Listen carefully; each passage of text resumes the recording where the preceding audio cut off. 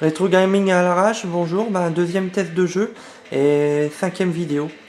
Alors vous êtes dans la première partie, donc je vous présente, on va essayer de faire un test de Gantz, un jeu PlayStation 2. Alors c'est un jeu qui est sorti en 2004, donc je vous laisse la démo pour découvrir un petit peu le jeu. C'est un manga qui je vous conseillerais d'ailleurs. Voilà. Mais bon, plus pour la catégorie adulte.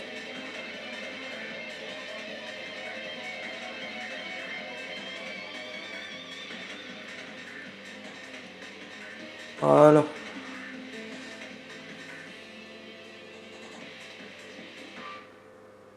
Donc un jeu d'action. Hein.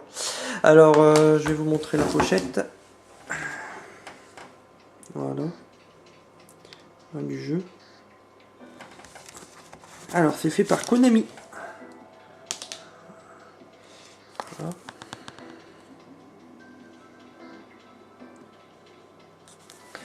Alors Gantz, faut savoir que c'est tiré d'un manga. Donc manga. Alors c'est des superbes dessins à l'intérieur par contre. Oui.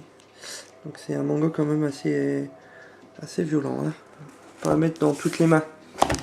Vu le succès du manga, ils ont bien sûr fait la série, hein, qui a été sortie chez nous en France, chez Asia Star, hein, en catégorie anime. Donc il y a eu pour l'intégrale, il y a 4 DVD. Et vu le succès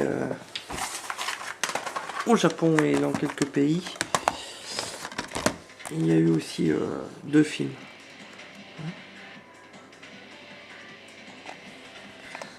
Alors, des films, moi je trouve de bonne facture quand même. Hein. Bon, les avis sont partagés, mais je trouve que c'est des bons films pour moi. Alors, venons voir au jeu. Alors, pour la première partie du test.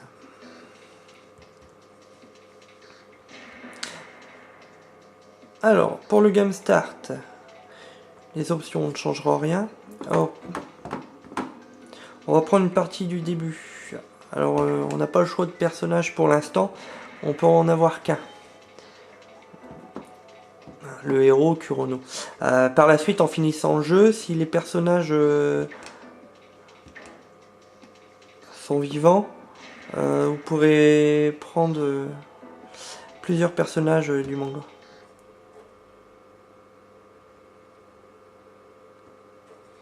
Donc les loadings de la PS2 bien sûr.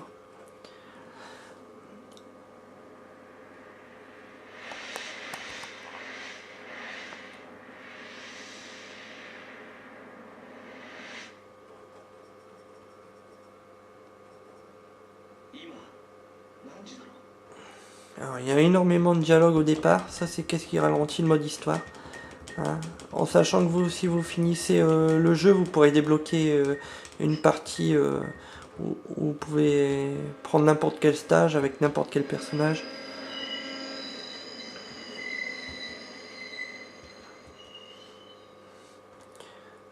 Bon, je vais faire jouer bien sûr un ou deux autres acolytes à ce jeu plus tard, hein, voir leurs notes. Mais moi personnellement, je trouve que le jeu niveau graphisme est assez moyen. Après, je suis un grand fan du manga et des films. C'est vrai qu'on s'amuse plutôt pas mal à ce jeu. Hein, c'est un jeu d'action assez gore. Je vais essayer de vous montrer un petit peu le jeu. Et c'est vrai que au niveau histoire, les dialogues japonais, c'est un petit peu longué. Hein. Quand on a une sélection de dialogue assez long, mais il y a une sélection qui se met à côté, c'est par rapport aux actes qu'on va faire dans le jeu. Ça peut changer un petit peu l'histoire.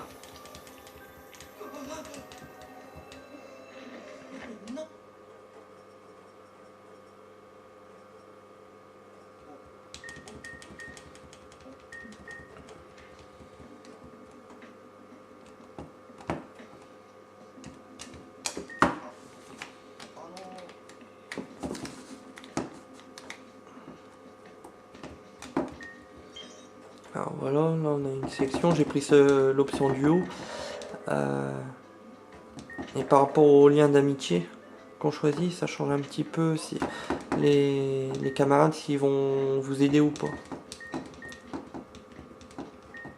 Parce que le jeu se déroule avec le personnage principal. Et vous avez deux personnages qui vous aident. Alors voilà la première mission, bien sûr, ça va être contre le Martien Poirot. Et le jeu va jusque les vampires. Voilà, si vous connaissez le manga, c'est après les statues.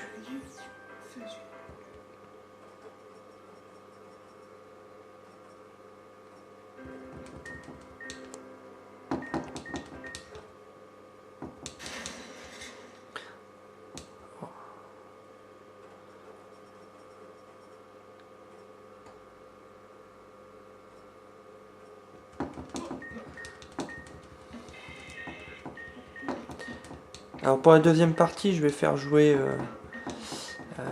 les acolytes, enfin les autres testeurs qui ne connaissent pas le jeu. Et ils donneront leur avis.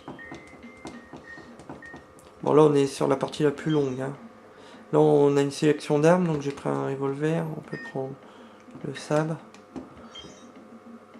Là je l'ai pris en première option, pistolet. Et là c'est des options secondaires.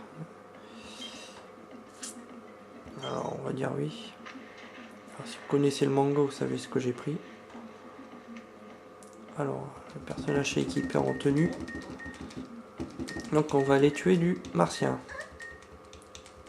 Enfin, des extraterrestres plutôt.